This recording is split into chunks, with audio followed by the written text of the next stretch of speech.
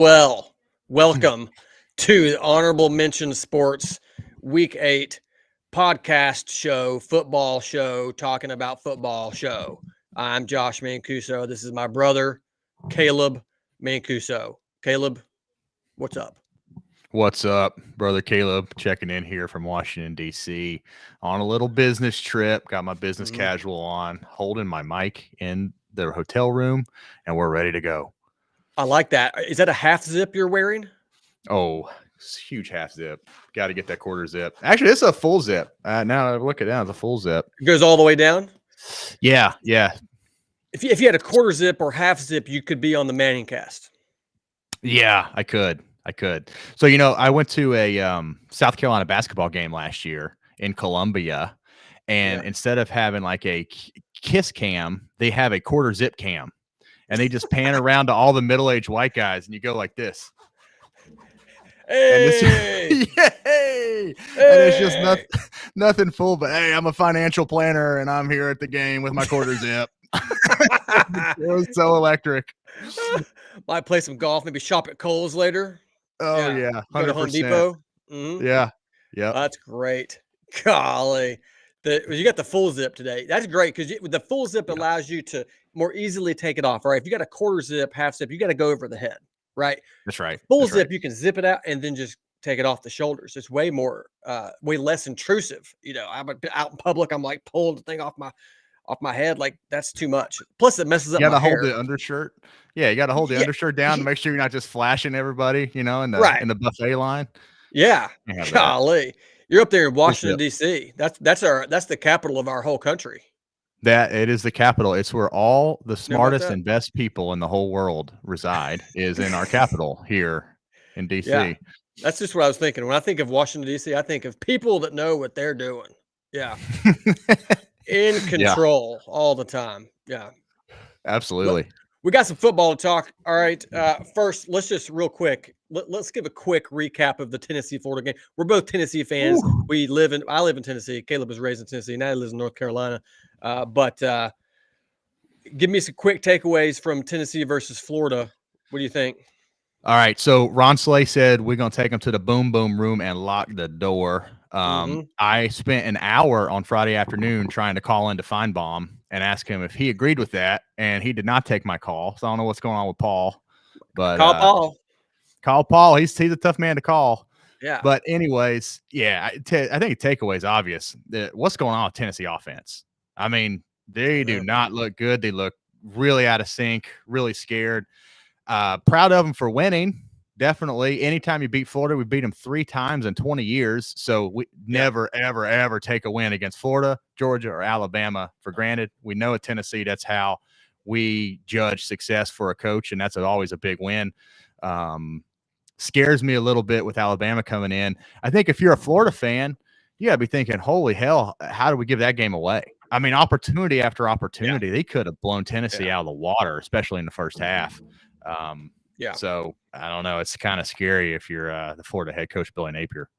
If Florida lost that game as much, if not more, than Tennessee won the game, right? I mean, Florida totally lost that game. They lost that game. James Pierce Jr. stripping the ball on the 1 foot line, which was a miracle to save a touchdown score there. That's Tennessee right now. Tennessee is a top 5 defense, top 2 defense in most categories. I mean, they're one of the best defenses in the country, and average, giving up, I think 10.9 points per game or something like that, which is ridiculous. Tennessee ought to be undefeated by a mile with that kind of defense, right? If you have an offense that can perform week in, week out and bring the heat, bring the points like we did those first few games, we ought to be winning every game, including Alabama and maybe even including Georgia. But what is this? We have something on the screen. Why do we have this up? Looks like Dylan Sampson Tennessee touchdown, so I like it. Oh, how about that? Touchdown Tennessee. Dylan Sampson is the MVP of this football team right now. I'll tell you that. And I will say this about Nico. Nico is currently 1-0 against Florida, and that is more wins than Peyton Manning ever had against Florida. Now, he went 0-4 against Florida. Now, he only started in 3, so he was 0-3 as a starter against Florida. here is Nico sitting at 5-1 with a win against Florida. I mean, as bad as we want to complain about the offense, they are 5-1 with a win over the Gators. That is a place we would have loved to have been just a few years ago. Yeah, no kidding. No question. And there's no question that the program in Knoxville is in better shape than the program in Gainesville. But let me ask you this. So we've seen Nico miss some pretty big throws 2 weeks in a row. He's had guys running free and hasn't hit them. Any chance Nico becomes a bust? Wow. You know, I don't think so. I don't think so. I You think took the biggest breath right there. I did. It took me a second. I had to think about it. Nico is a bust.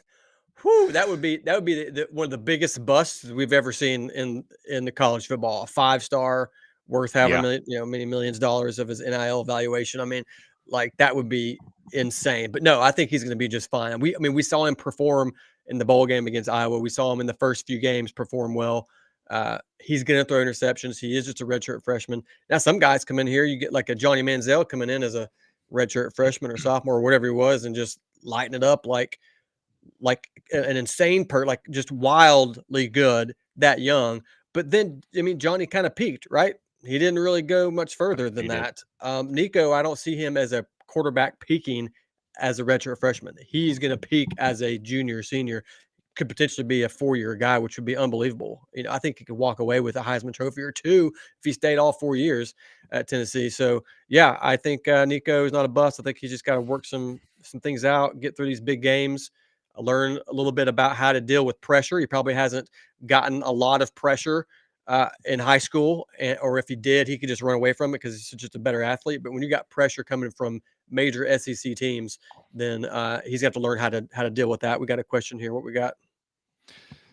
Yeah, from Daryl Franklin. Thanks for writing in. It seems like Tennessee's opponents lose a quarterback each week.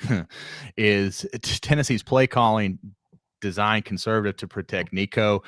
So I tell you my take on this. I think it's less to protect Nico. The play calling is conservative. I mean, you know, my film breakdown consists of having about 5 beers and watching it on ESPN. So you can take that for what it's worth. It's legit though.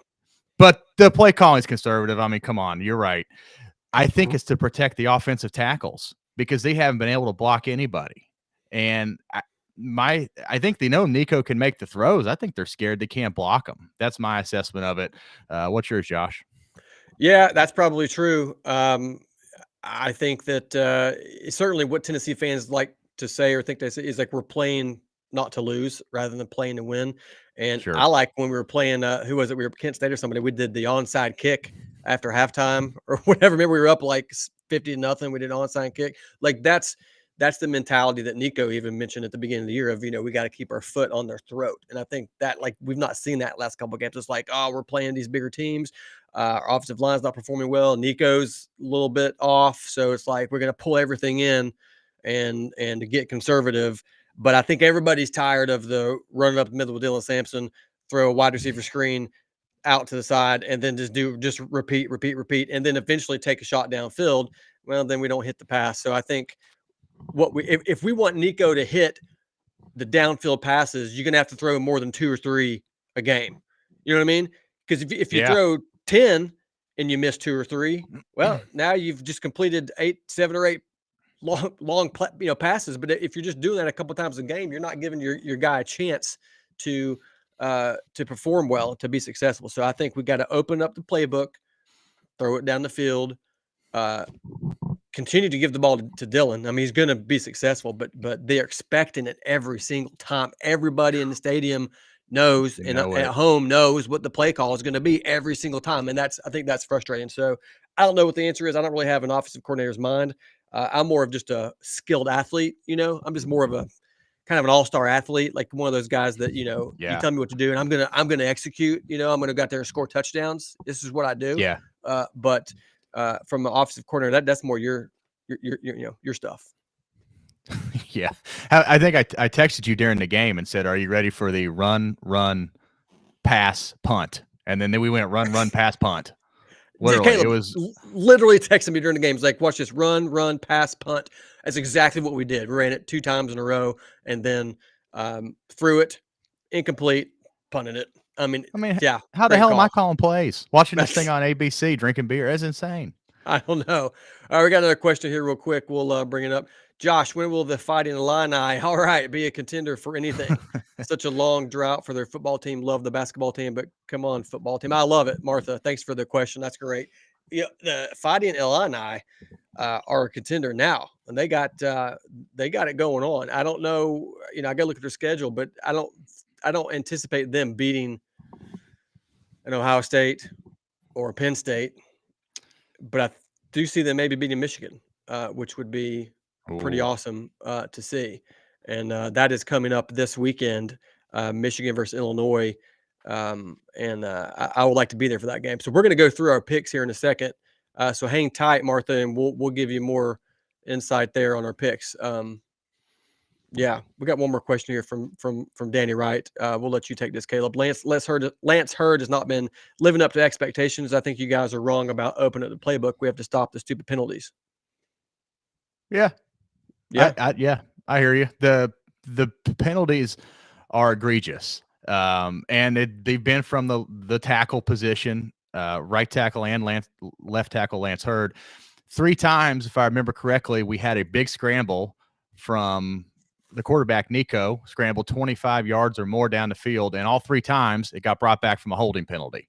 So you go from we're about to run the hurry up in Florida territory, got everybody off target, to now we're back behind the change in our own territory, and that's when we kind of seem to get conservative. So yeah, that's a great point. I'm not gonna fight you on that one. They had some really bad penalties that just stalled drives. Yeah, 100%. I think maybe it's a both and. I think we need to open up the playbook a little bit still. But yeah, if you stop the dumb penalties, then all of a sudden you've scored more points, and now you got the defense on their heels, and now you can do what works. So I think you're right. It's both and. So, all right. So we're gonna go to my top 25, which, as everyone knows, is the most important top 25 in college football. It's not the AP, it's not the coaches, it's not the ESPN FPI. It's the Josh Mancuso top 25 every week. And just for the record, I don't usually even look at the AP poll or the coaches poll. I make this poll out of my own little brain. And I get a lot of questions about it. People asking me like, why'd you do this? Why'd you do that? So we're going to go through it here real quick and we can check it out. Yeah, what are we doing? Let's go. I like that last view we had there, Drew. Drew's our producer. He's there. Ah, look at that. Let's stick with that one. That's good. You can see it good. All right. So let me ask you about take me through it. Go ahead. Yeah, ask me about it. Ask me anything you want. So you got number 1 Texas. We got number 1 Texas up here. Oregon has by far and away the best win of anybody this year, right? And you don't think they're better than Texas? Like, if I'm an Oregon fan, I'm going, come on, dude. We just got the best win there is. Who's Texas beat? Oklahoma? Oklahoma, no offense, Oklahoma? No, Oklahoma is rough. You're right. All right, so I think it's sort of a and this is the case with a lot of the teams that I have up here, like Miami. People are even like, why is Miami that high? I had Miami 3rd at one point earlier in the season. Now I dropped them back a little bit because I think I'm seeing some of the points other people are making. But like with Texas, it's sort of like an innocent till proven guilty mentality. They look like the best team. They look like the most complete team. Everybody they've played, they've dominated, right? Yeah. Just dominated. I was talking about Tennessee being like a top 5 or top 2 defense. Texas is the top 1 defense. Their defense is amazing. So I think when I look at this, and if I look at Texas playing Oregon, I think Texas wins, right? So that's why I have Texas above Oregon. Oregon has certainly proven themselves and to be worthy of a number 1. So if someone has Oregon number 1, I wouldn't argue it. I'd say that's cool. But I just think Texas is the more dominant team. So yeah. Yolanda, hook them. Hook them horns. Yolanda likes it. Yeah. We'll see this weekend. Right? I think we're going to find out more about Texas than we are about Georgia. We know what we got with Georgia. Who's Texas? That's what I want to see. I don't know. We will find out. How about Texas just destroying Oklahoma? Oklahoma's they're just so daggone bad on offense. It's terrible. All right. So what else do you see in here? Man, what else do I see in here? So I want to ask you a question about 6 and 7, Miami and Clemson. Right? Yeah. Obviously, Clemson, your boy Dabo. You guys are big pals. You guys are boys. Yeah. What do you think Miami and Clemson's record would be if they played Georgia's schedule?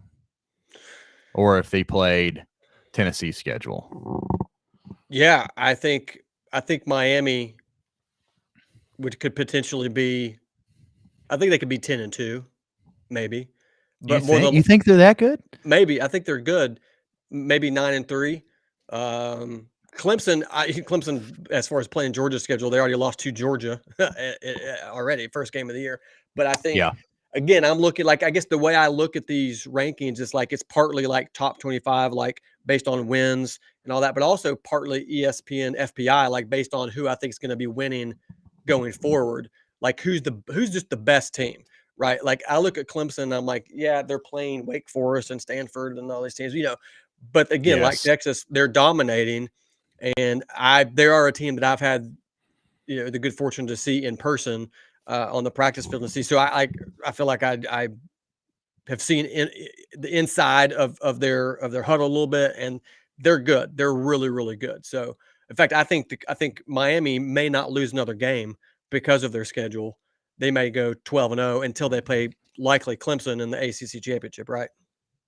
Who would you take there? You like Clemson in that game? I'd take Clemson. Yeah, I think Clemson beats Miami. I think Miami's good because of Cam Ward. He is the Yeah.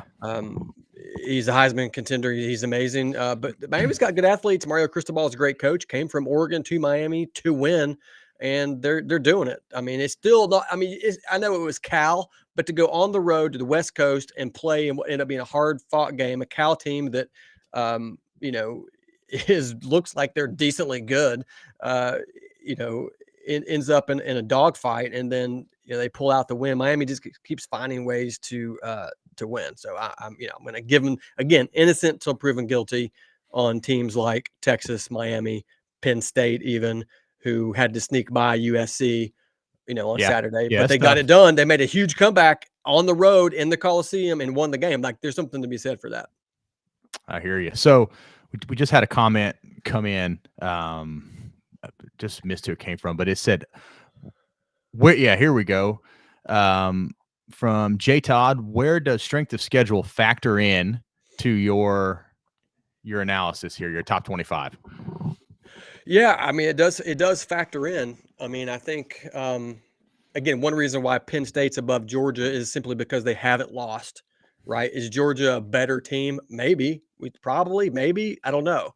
But I'm giving Penn State the benefit of the doubt at this point. Georgia did lose to an Alabama team that lost to Vanderbilt, right? So Georgia with a tough strength of schedule, Alabama with a tough strength of schedule, but lost to Vanderbilt, right? It's like, True. well, and I think strength of schedule benefits the SEC. You look here, we've got 10 teams or however many from the SEC in my top 25, including Vanderbilt, Missouri, Arkansas, Ole Miss, because the SEC is so tough to play in. And ultimately, we all know those first 11 spots when it comes to the playoff, it's not a huge deal what number you are. It's just that you're in, right? The fact that you're in.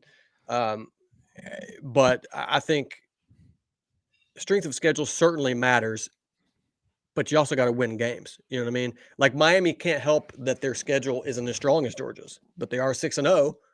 So True. they can only play the teams that are on their schedule. So that's true, but I would say playing at Cal and playing at Alabama on Saturday night are totally different. I mean, that is a different environment, right? 100%. Yeah.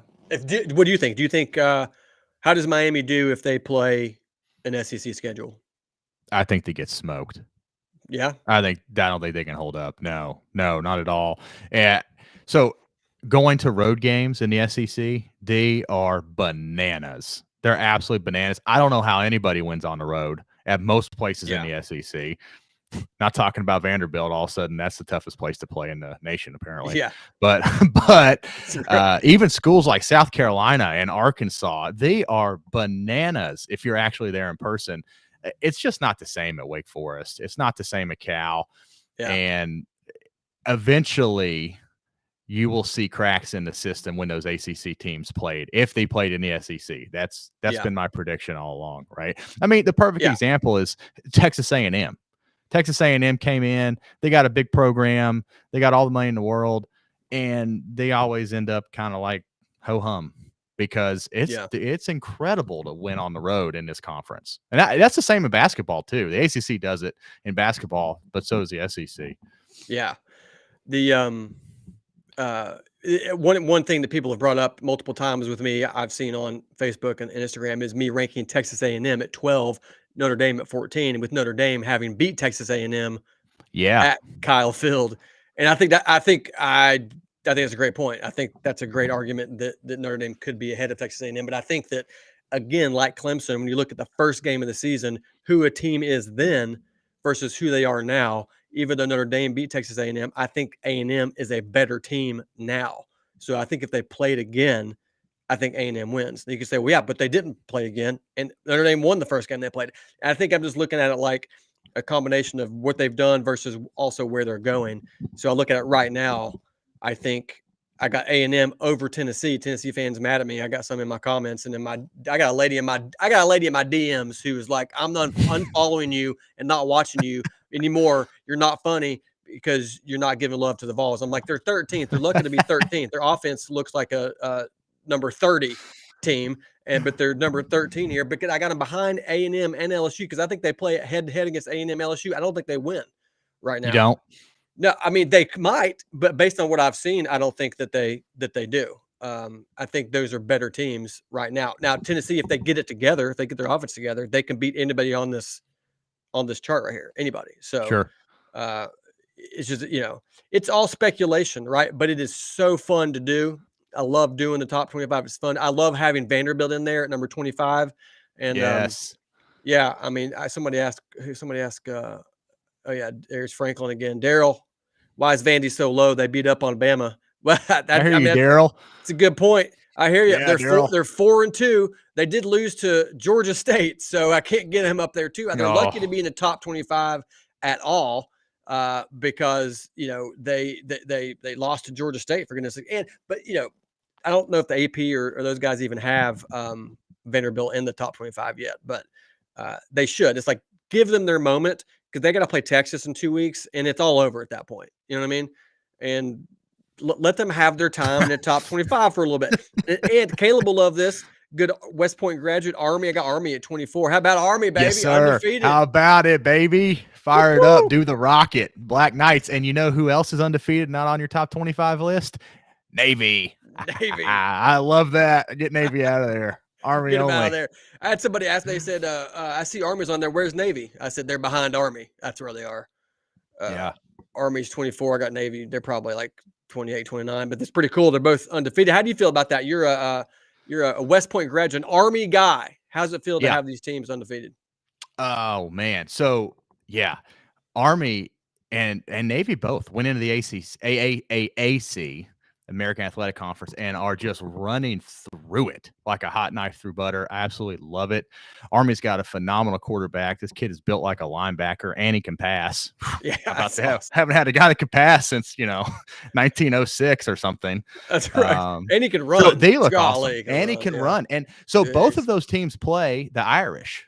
They end up playing. I think they play at MetLife against Navy in the next week or so, and then in November, Army plays Yankee Stadium against the Fighting Irish. So I cannot wait for that. I think Army's got a chance to beat them. I really do. I'm not saying they're going to, but I think they can compete. That's what I love about it. But I heard this recently. I'm not a big Navy guy, but I did hear the Navy fight song this week. I kind of liked it. You know what it was? What was it? Popeye the Sailor Man. Is it really? Yeah, that's their actual fight song. Popeye the Sailor Man. Popeye the Sailor Man. I love that.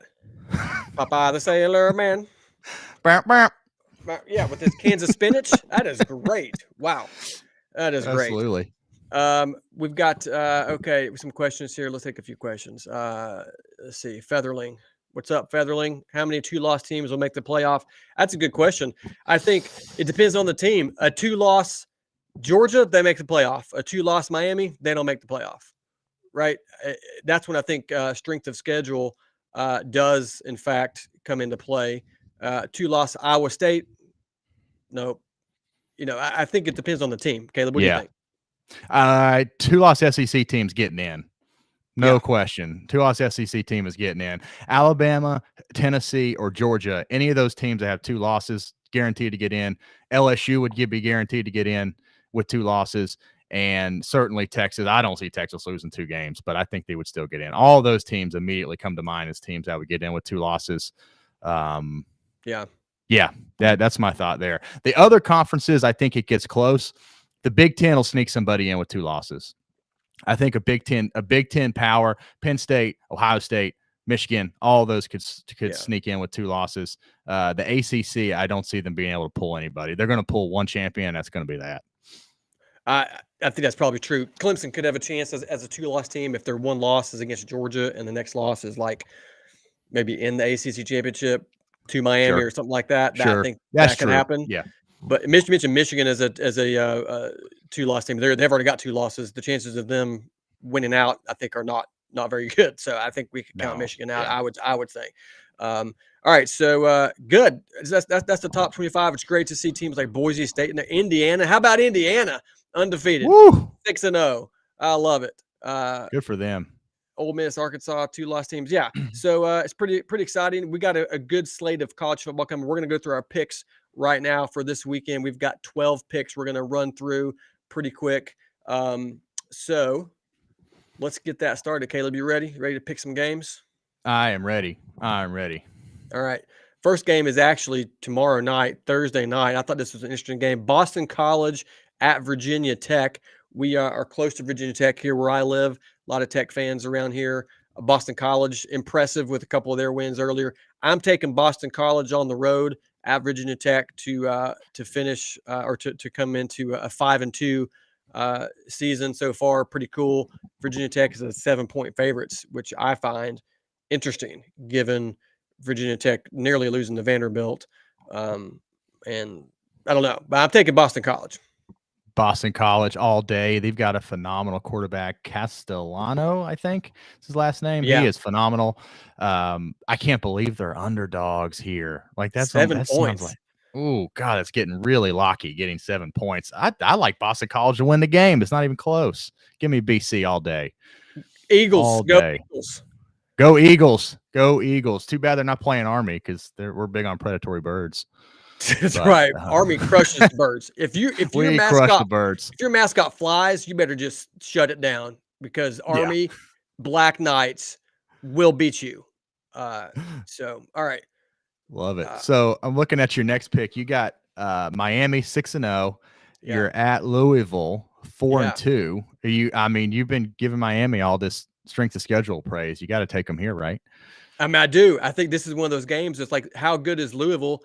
What you and I said on a previous episode that we don't think Louisville's that good, and now they've got 2 losses.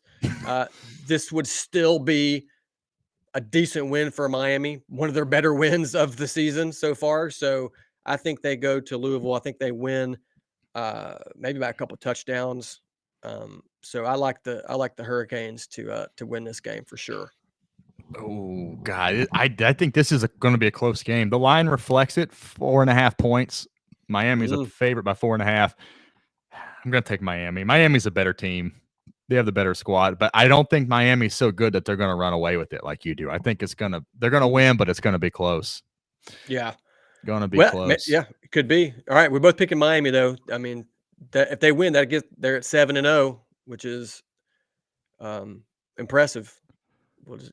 I'm thinking about the Miami of old. Remember the Miami of old, the 90s? It's like comeback time for all these teams: Miami, Nebraska, Tennessee, all these teams from the 90s, early 2000s. Oh yeah.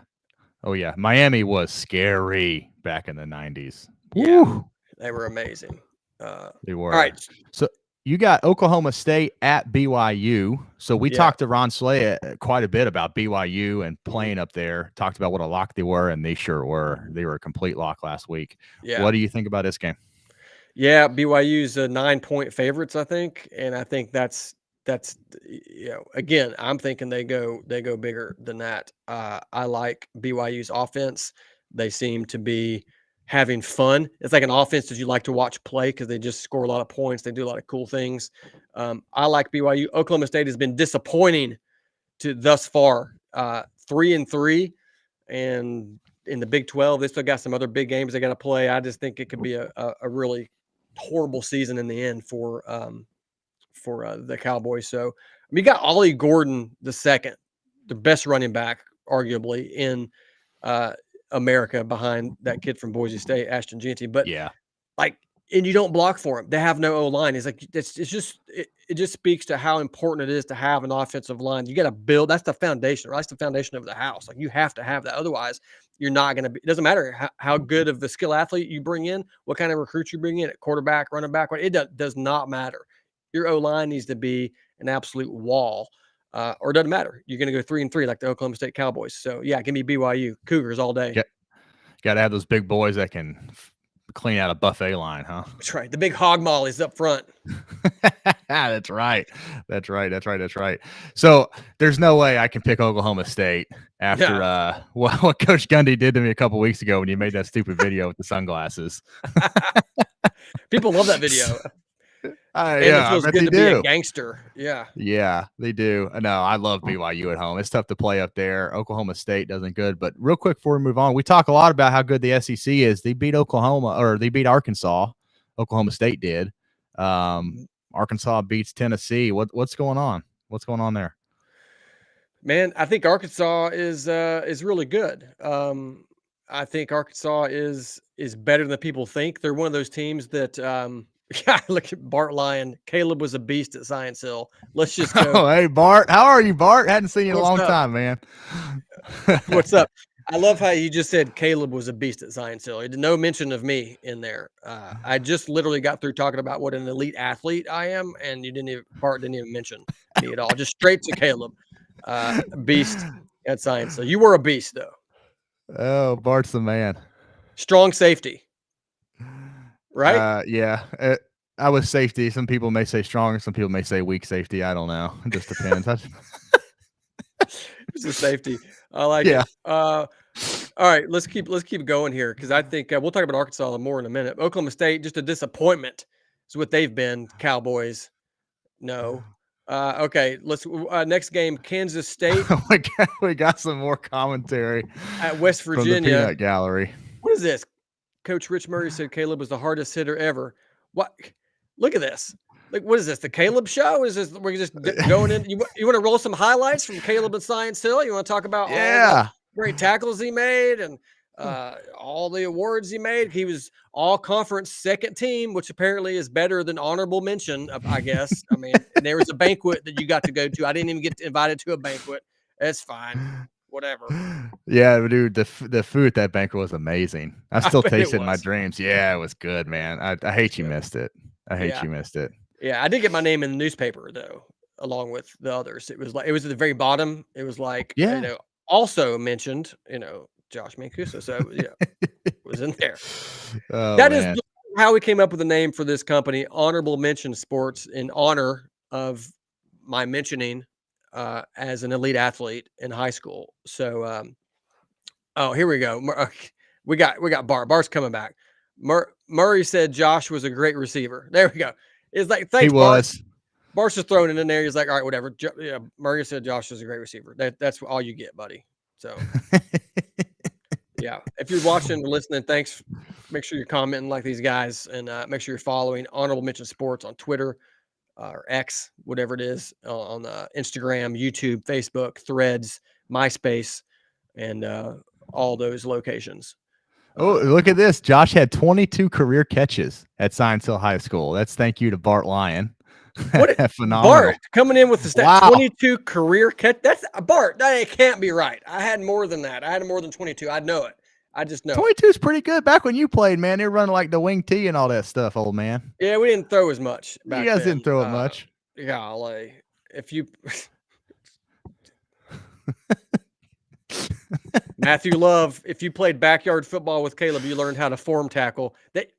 Caleb learned how to form tackle from yours truly. Okay. When he was like 5 years old, I had him out there in the backyard beating the snot out of him with some toy helmets and shoulder pads. And we used to get after it, didn't we, buddy? Yeah, you broke my Houston Oilers toy helmet because you were out there hitting me so damn hard. You're 10 years older. And that is why you are the beast that Bart Lyon says you are. Yeah, love it. That's it. I take full credit for. So really, I mean, I take credit for you being such a good athlete, with you being younger and me being older, and me teaching you the ropes. That I feel like I'm also all conference second team right there with you. Even though they put me in the honorable mention, I feel like I'm probably up there with you. Yeah, yeah. I think if your career achievements are my athletic career, yeah, that's it. You know, we need to keep going. Maybe keep trying a comedy thing. Well, yeah, I can always fall back on that if my athletic career doesn't pan out. I'm still trying. I am in my 40s, but it's never too late. All right, back on track. Here we go. Yeah, Real back quick. to the picks. Well, we got that Brett said I think he meant 22 touchdowns, right? Yes, that's right. No, 20. I don't think our offense scored 22 touchdowns in my senior year. But you know what? It's all right. We had Science Hill, great place. Steve Spurrier went to high school at yep. Science Hill, all state and O'Brien free sport. Franklin was your classmate. What an animal he was at middle linebacker. That's He right. ended up playing at Tennessee and then the NFL for years. Yeah, Brian Franklin played Yeah. linebacker, had a state record, I think 180 tackles as a senior, which is just Wow. ridiculous. Then he goes to junior college, goes to Tennessee, gains a bunch of weight, gets huge, and plays decent defensive tackle at Tennessee. He was behind John Henderson his first year, then starts when he's a senior. Goes to the NFL, drafted by the Ravens, I think, in the 4th round, plays for the Ravens, plays for the 49ers, maybe the Colts, has a Yep. 10-year career, just crushes it. And so that's the thing. I come from a team of elite athletes. We Oh were yeah. all just so good, all of us, me, The O'Brien, pinnacle. like, yeah, yeah. Oh, I'm sure you got into Oklahoma drills with O'Brien, and it was just like, boy, Josh and O'Brien just neck and Yeah, neck. just Yeah, hitting you at put it. a hurting on O'Brien, didn't you? I did. Yeah. Yeah, he still remembers the hits you put on him in practice, I He bet. does. Again, I take credit for O'Brien's success as an Okay. NFL player because of At the least hits that we he did. did something, unlike me. That hey, you at West Point, yeah, what is that? You could have played football at West Point. I bet you could have played. They could use you. Oh, long story there. We'll get into it Okay. some other time. All right, some other time we'll go to. All right, but Martha, just like Cam Rising in your 40s. That's that's right. Cam Rising at Utah. He's old. He might come back for a 12th year. You never know. We got to get back to our picks. Where were we? We were Kansas State and West Virginia. We were talking about that, which is a game that, I want to pick just because I keep wanting to believe in West Virginia at 3-3, with Kansas State coming in at 5-1. I know. I want to take West Virginia here. It's at home. We got the odds here coming up, 2.5-point favorites for Kansas State. That's not a lot. That's a close game right there. A conference battle is both 2-1 in the conference. Yeah. I'm doing it. I'm doing it. I'm taking West taking Virginia. Give me the Mountaineers. I want to see the Mountaineers win this game, go 4-3, and move up in the Big 12. That's going to happen. How did they do last week? Well, West They Virginia. lost. They lost last They week. lost. Yes. Okay, so we had the man, Ron Slay, on the show, Mm-hmm. and we talked about the incredible Cole uniforms. And Ron Slay said, you cannot lose in the Cole uniform. You can't lose in the Cole. That's what he said. Man, they did. No, they did. No. They If Ron Slay says you can't lose in those, I can't ever pick you again, ever. So give me Kansas State. Taking the Wildcats, Avery Johnson with the curly hair, just dialing up touchdowns out there in Morgantown, West Virginia. Yeah, possibly. Brett says, yeah, Josh with the super dog. That's a super dog. Pick. Yeah. No doubt. Yeah. I think West Virginia has a lot of the tools to win a lot of games. They really do. They just got to put it all together. They did beat Oklahoma State, which apparently isn't that big a deal these days, given how bad they are. But I like the pick, though. That's Kansas State. It's, I hope they keep rolling. It's cool to watch them play good football again. But I'm taking the Mountaineers. All right, Caleb, what's our next pick? Okay, I got a good one for you. Kentucky 3-3 at Florida 3-3. Florida coming off of an overtime loss. Kentucky coming off of a loss to Vanderbilt, game which I thought Vanderbilt would not win but would cover. Yeah. They did cover, and they also won. So what are you thinking there? Wildcats at Gators? Man, this is in the swamp, right? In the swamp. I think it is. It's in the swamp. Kentucky, Line's even. Yeah. Even. That's a golly. It's even. They can't even decide. They're like, these teams are both 3-3.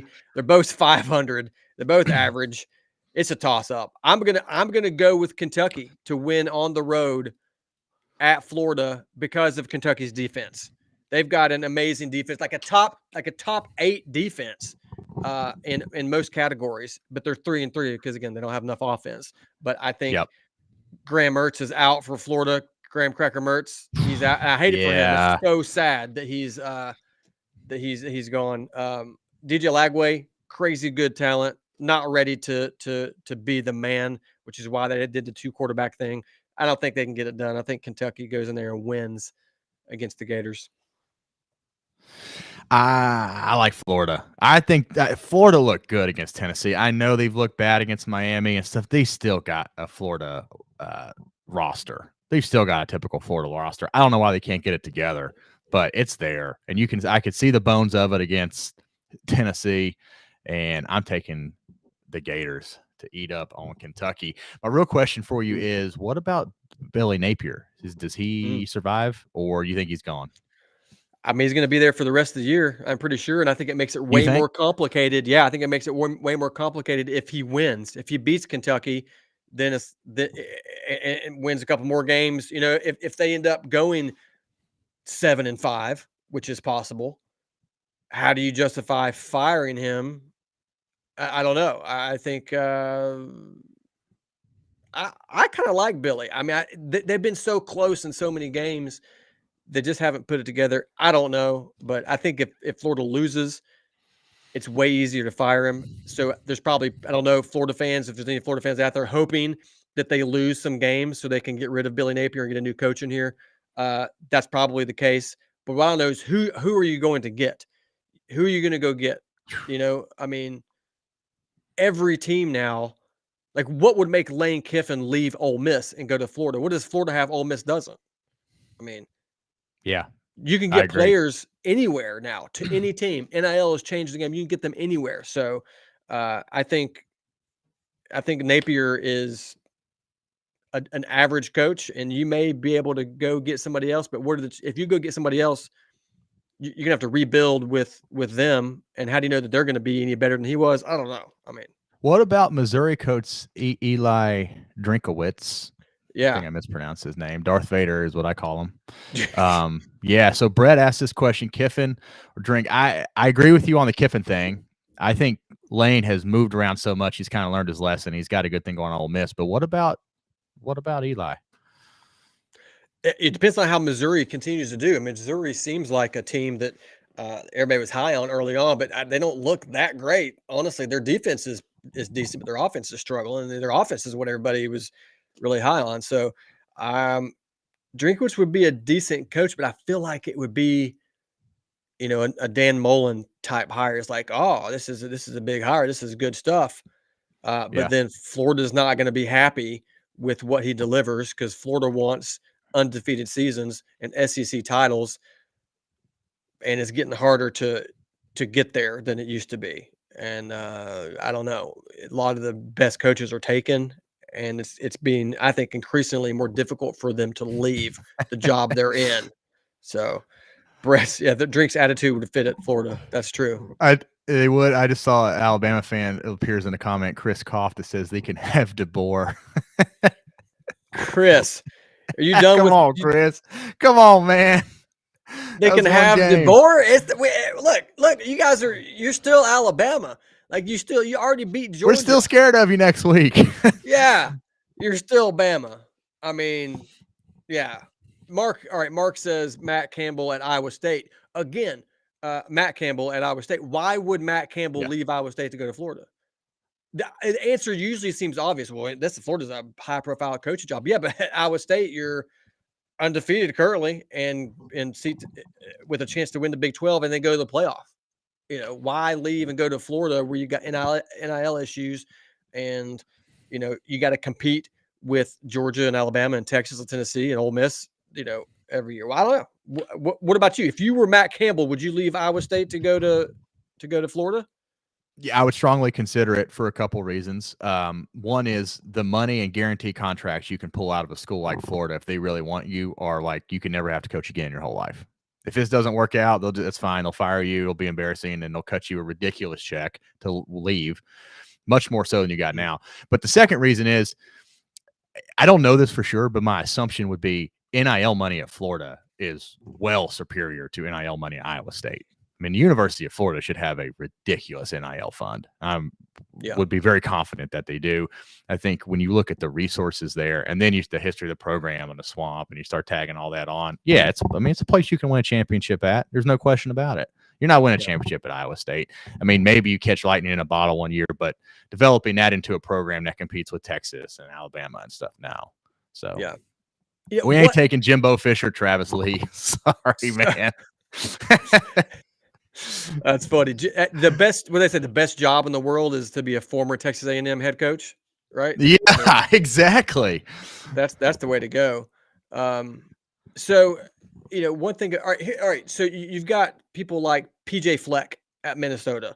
You've got people like Mike Gundy, Oklahoma State. These coaches have stayed there for a long time, passed up other offers. What do you think, Caleb? What makes them stay at those schools rather than taking a leap to a bigger school, which is where I think I might be if I were a coach? I don't know. But if you're like, I'm Matt Campbell, I love Iowa State. I love it here. I'm making $2 million. Yeah, I can make $8 million or more. I mean, or I'm making $4 million. I can make $10 million. I don't know. But there's a lot of factors. What keeps coaches at their schools when it's sort of one of those, not high profile schools? Yeah, so a great example of this is Mark Stoops at Kentucky, right? And I don't know if Stoops has had chances to go anywhere else or not, but Kentucky hasn't been competitive before in Mark Stoops like ever. So I think what keeps him there is that you can have success there, and you can be liked, and you can build your team without the constant threat of getting fired if you have one hiccup. I mean, if you have a serious hiccup at Texas A&M, Tennessee, Georgia, man, all of a sudden it can get into a negative spiral so fast, right? Yeah. I think that's part of it. I think part of it just comes down to life enjoyment. I mean, if you take a school like Florida, there's just so much that goes into that, so much press, so many people, so much pressure. Look at Alabama. DeBoer's lost one game, and it's already like people even commenting on here, they're ready to get rid of him. Right? That pressure is just extreme. So I think it's really got to do with the pressure. Yeah. All in all. But that's a good point. Okay, so Crabtree says he's DeBoring compared to Saban. I love that's a joke I've used before. And Brett, you'll be excited. Brett. That's a joke I have currently written in my script for Tennessee versus Bama video coming out in the next day or two. You guys will enjoy that. Yeah. So all right. So we got to get back to the picks here. Let's keep going. I'm taking Kentucky. You're taking Florida. All right. So next we got Nebraska at Indiana, a game that has college football playoff implications. Nebraska at Indiana. Who would have thought it? Wow. I would never have thought it. Who would have thought it? I would never have thought it. I'm taking Indiana. Indiana. Let's go. Home team on Fox. They got to do it. They're going to do it. Yeah, Fox, a noon kickoff. I mean, Nebraska, great team. Really cool to see Nebraska back. When Nebraska football is playing good, all is well in the country, right? Nebraska, Miami, Tennessee, Florida State. Well, not Florida State. They suck horribly. But Indiana, I think, wins this game at home. They're the Hoosiers 6-0, about to go to 7-0. Kurt Signetti, is that how you say his last name? I think so. The guy that said, look me up. I win everywhere I go. Google me. That's what he says. They Google me. I win.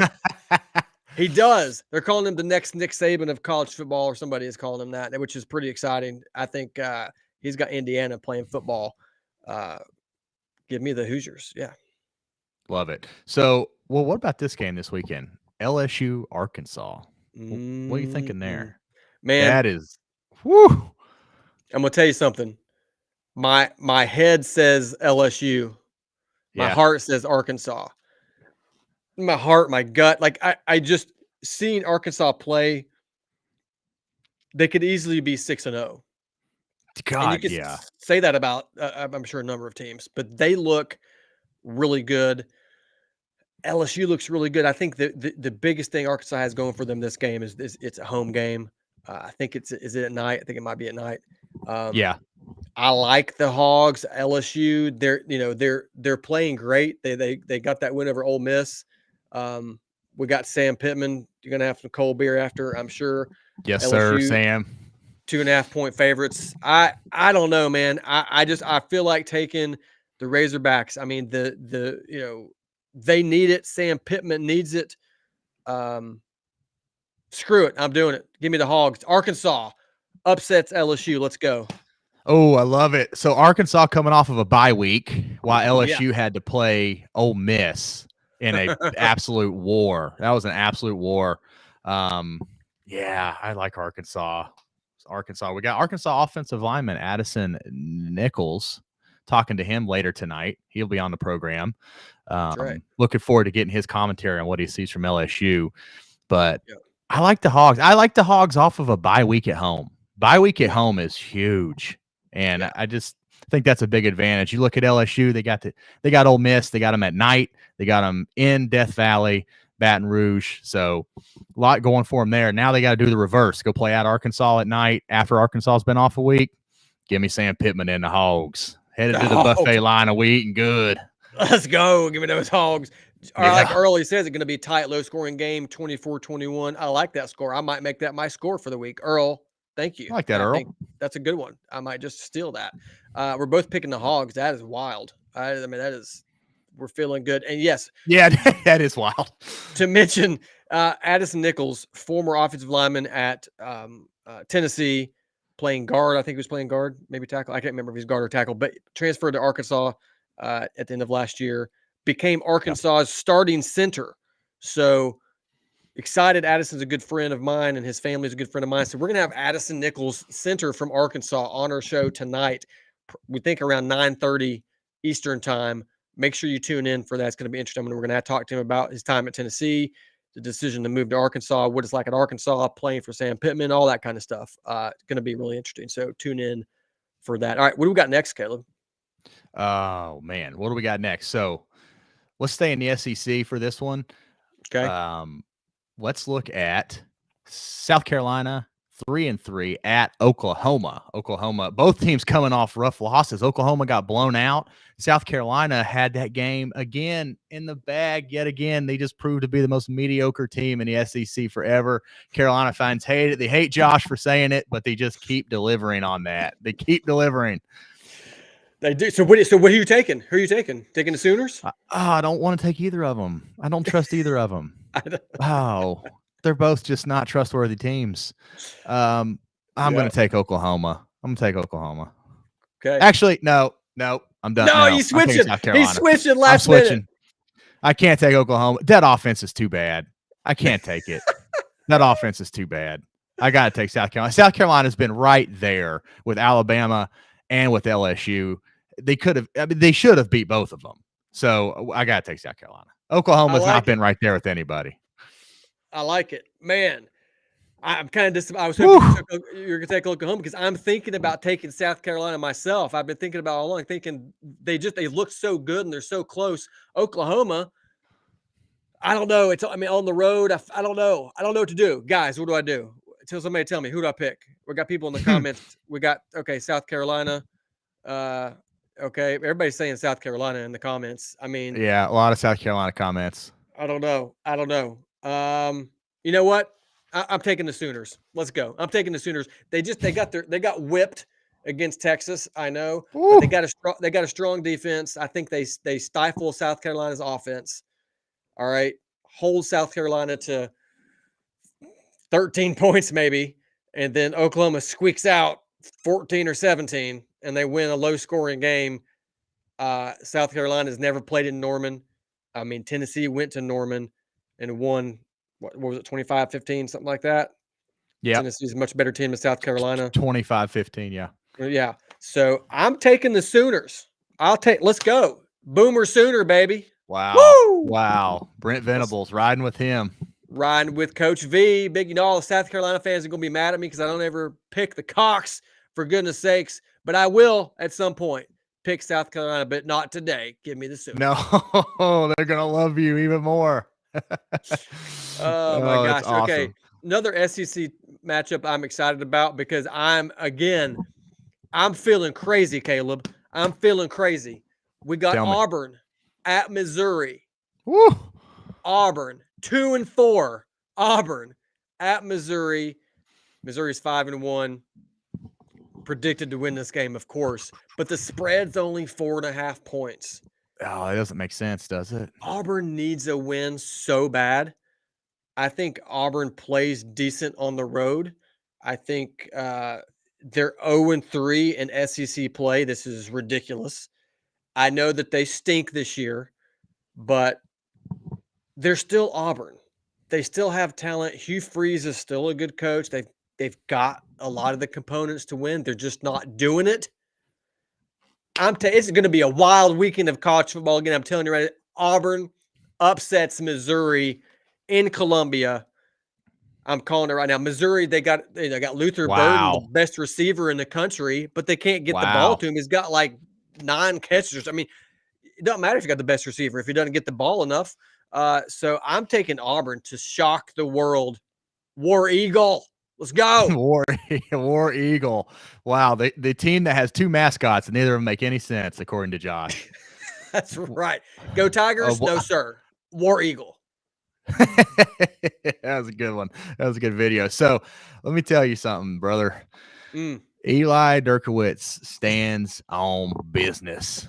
That's a man that stands on business. Okay, and he's going to stand on some business on Saturday versus Hugh Freeze. Hugh Freeze is about to get fired. If he ain't careful, he's going to end up at Florida, or maybe him and him and Billy going to be hanging out on a network television, CBS Sports or something. But yeah, that's right.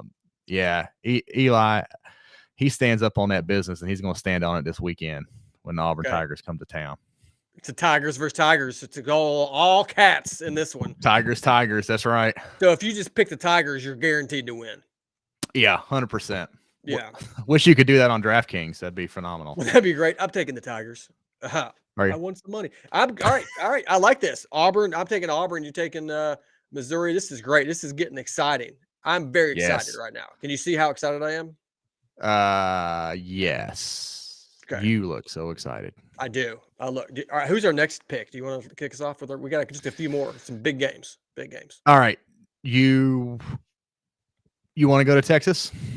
Georgia, Texas? Like literally, do I want to go to Texas? Yeah. Do you want to go to Texas? Physically? Sure. Let's go. Let's go to Texas.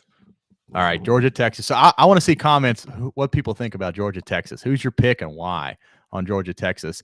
I give you mine first off. Texas is the better team. Texas is a better team. They're at home. 76% chance to win. I'm taking the dogs, baby. Give me the dogs. Row, row, row. Yeah. And this is why I'm taking the dogs, man. Until you can beat them, Kirby Smart, I'm taking Kirby Smart in that team. They got an old veteran quarterback at Georgia. Those veteran quarterbacks are hard to beat. They're very hard to beat. And I trust Kirby Smart in any environment, anywhere. He's going to have that team ready to play. And I want to see Texas actually pull it off in a big time SEC game like that. I like it, man. Low key, Josh sounds like Nate Bargatze. Yeah, Travis. And he's almost as funny. He's almost as funny as Nate. Oh, what a compliment to Nate Bargatze. Yeah. No, thank you. I get that a lot. I sound like Nate Bargatze. I get on my comments all the time. People are like, this guy's Nate Bargatze. This guy, all the time. So you do look like him. The only thing that we have that we're not the same in is that I haven't hosted Saturday Night Live or been a guest speaker on College Game Day or haven't made millions and millions of dollars, have a Netflix special. But other than that, we're basically very much the same. It's kind of like if he's all state, you're all conference honorable mention. It's all good. Right. Pretty much like that. Okay. Yes. All right. Donna Bateman, Donna Horns at home with Ewers and Manning. Yeah. Well, I think you could play. You can only play one of them. You can only play one of them unless Arch wants to get out there and catch some passes. But Georgia at Texas, Austin's a hard place to play. Matthew McConaughey is going to be prancing around on the sidelines, I'm sure, with the hook 'em. Green lights all day, baby. Just green lights. All right, all right, all right. Wolf of Wall Street. Love Let's it. go. I'm taking Texas, baby. They're 6-0. They're about to be 7-0. The one team that could come into the SEC and actually play at the highest level, unlike Oklahoma, we've seen. I'm taking the Texas Longhorns to go 7-0 and beat Georgia in Austin. It's probably going to be a close one. I'm thinking within a touchdown, right? I mean, give me like a 35-30 or something like that. I think Texas wins. Yeah. Give me the Longhorns, Bevo and the Steers getting it done. Georgia goes to 5-2, making the rest of their season super difficult to then have to get in the playoffs after a loss to Texas and Alabama. That's what I'm predicting. Let's go. Give me hook 'em. I like it. I get it. I think it's going to be a great game. I can't wait to watch it. It's going to be a super good game. Can't wait. Cannot wait. That's good. So, who's Brad? Brad Pratt says Wolverine married to a war eagle. Happy we have separate time slots this week. That's good. Who would win in a fight between a Wolverine and an eagle? Ooh. I'm taking the Wolverine, dude. Those things are nasty. I don't know about that well, but they're really scrappy. I don't know. What do you think? Well, I think if an eagle is on the ground and they're gonna engage one another in physical combat, I'm taking a Wolverine. I think so, but an eagle could swoop down. Yeah. When a Wolverine's just minding his own business, he's like, I'm going to burrow a hole over here in northern Michigan. And then all this eagle swoops down. It's just like, no, watch this. Gets it with his talons, lifts him up. Gone. See ya. It could happen. A big old bald eagle, big old bald war eagle. Yeah. And then he gets his friend, the tiger, to come out. And it's really a wrap for the Wolverine. Then when they tag. Yeah. Then that Wolverine's done. Maybe that should be your next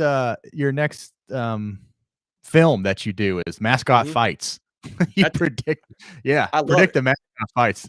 Just got animals fighting left. Just call me Michael Vick. Yeah. Got animals fighting left and right. We're gonna bet on them too. All right. Woo. Okay. We got. Let's do one more. Michigan, Illinois, real quick. Again, implications here. If Michigan loses this, they're 4-2. They go to 4-3 and obviously be out of the playoff at that point. Illinois 5-1. Is Illinois all hype, or are the Fighting Illini the real deal, Caleb? Ooh, I think they're all hype because I just don't trust teams like that when they come in. I know we had a comment earlier. I hate it. I'm pulling for them. I want them to be good, but I just don't trust them yet at all. Okay. I don't trust them. I'm taking Michigan. I have too much trust for the blue blood in Michigan before I have to see it from Illinois. What about you? I'm with you. I think Michigan is still the better team. Illinois, it's been cool to see what they've done. I think they are talented. I think they I don't know the rest of their schedule, but I can easily see a 9-3 season for them, which would be huge for Illinois fans. I mean, come on. Sorry, Kevin. Kevin, all right, listen, a guy with the last name Ducey just said, don't crap on my Illini. Now that is, yes, he did. That's the best comment we've ever had. Oh, Ducey, Kevin. Don't crap on don't Ducey on my Illini. That's, I like it.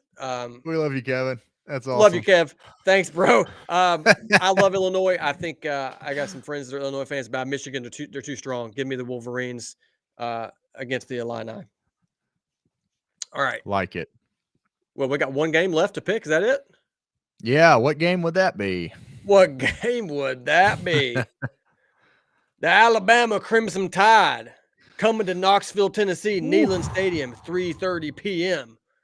Eastern Time. Crimson Tide coming in. Caleb, what do you think? What do I think? Man, what do I think? What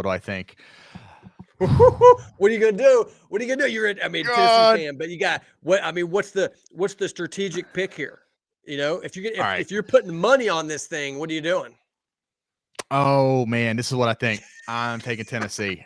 Tennessee struggling. They have an O-line problem, but they have been really, really, really conservative. And it's time for them to open up the playbook. This is going to be Nico's coming out party. I'm calling it right now. This is the Nico, Josh Heupel coming out party on offense. These boys can do it. We know they can do it. We're ready for him. I'm telling y'all, Davy Crockett is loading up that musket for daggum elephant. Big caliber. Muskets are normally 50 caliber, and they coming for that elephant. I like Tennessee in this one because I think Tennessee gets that playbook open and gets back on track. What do you think? I love it. I love the pick, and I love that you know what a caliber a musket is. I don't. I Yeah, can. I sometimes don't. 50, sometimes 60. Love it, love it, love it. That's great. That's yeah. I'm a big musket guy myself. Got a couple Yeah. under the bed. Do you wear the full moccasin and coonskin cap, or Every do you night just when I wear go to normal? bed. Yeah, no, I wear it to Yeah, bed. I wear a coonskin with cap, your moccasins musket. on my feet. Yeah, musket under the bed. Yeah, leather strap Yeah.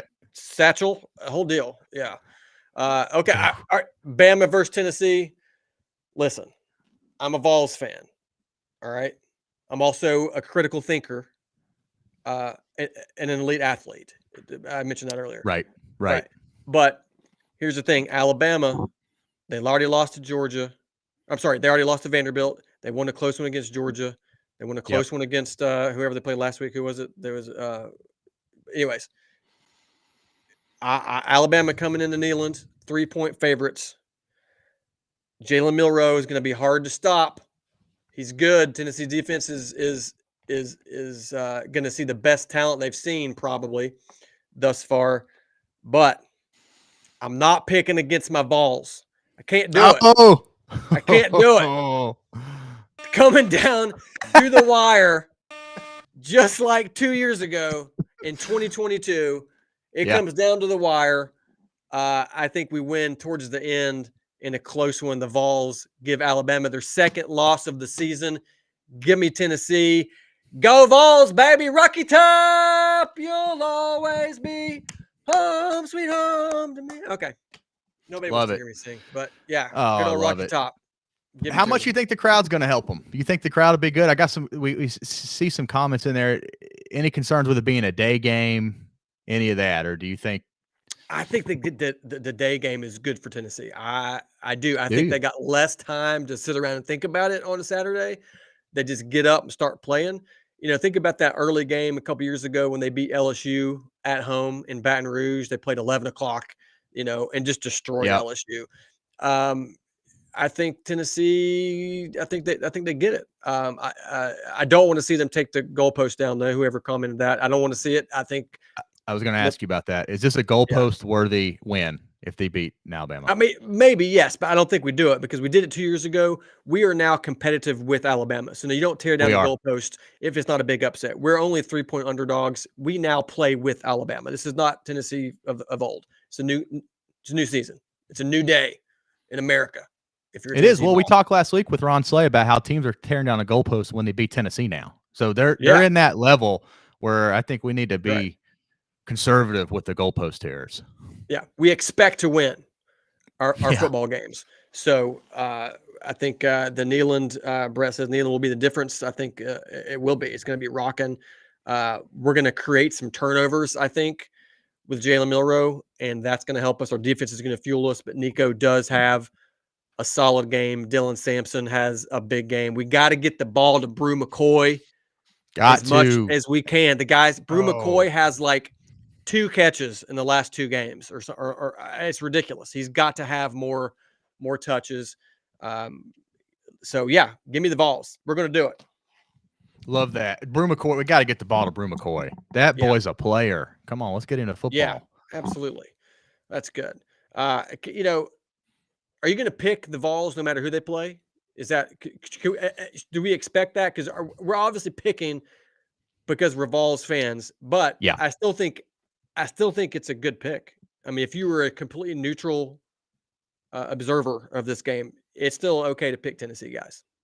Yeah, it is. So there's been plenty of years in the past where I would not have picked Tennessee for sure. Right. We all know that. Okay. They're competitive and good. The entire year, I've liked this game better than I like Georgia because I'd rather take Alabama and Neyland versus having to go to Athens and take on Georgia. Far and away would pick that. So yeah, I would pick against Tennessee when the right time comes. But I will say this, I certainly don't bet on Tennessee because I see everything through orange glasses. So I have to stay away. That's smart. That's smart. Man, thank you guys for tuning in. What a great show. We went over an hour here, and it's been very cool. If you feel so desirable to donate to Honorable Mention Sports, we would love that. It supports our work. We are we call it fan supported and fan driven.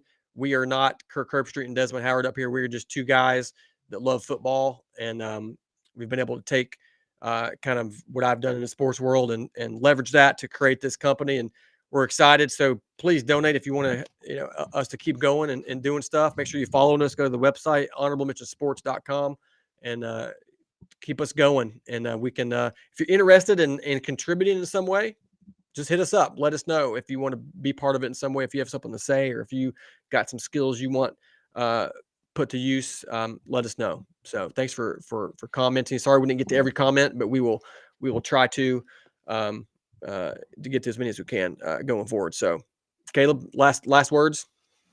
Go Vols, baby! It's going to be a great weekend of college football. Everybody, get ready, get settled in, and have an absolutely fantastic weekend. We will talk to you guys next week for sure, and you can tune in tonight. We'll be back on with Arkansas offensive linemen. So exciting times.